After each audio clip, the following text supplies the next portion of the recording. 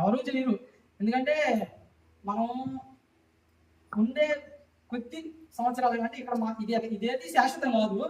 So ఉన్న కొద్ది కాలం అయినా మనము మన సంఘ కాపరిని ఆయన నడవడిలో నడవాలి, కానీ ఆయనకి వ్యతిరేకంగా ఆయన్ని దూషించడం అలా చేయదు. సో మన సంఘ కాపరి అంటేనే ఇంకా చెప్పాల్సిందంటే మన చర్చిని బాగు చేసుకోవాలంటే మన సంఘ కాపరి. మన వరకు ప్రార్థన చేయాలంటే మన సంఘ కాపరి. సడన్గా 2 గంటలకు ఫోన్ చేసి అయ్యా ప్రార్థన చేయండి ఎవరు చెప్తారు?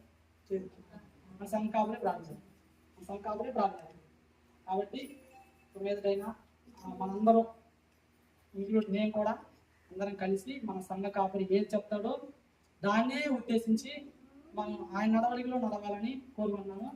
అదేవిధంగా ఈ అవకాశం ఇచ్చిన అయ్యగారికి మరొక్కసారి నా హృదయపూర్వక వందనాలు తెలియజేసుకుంటూ నా మాటలు ముగిస్తున్నాను.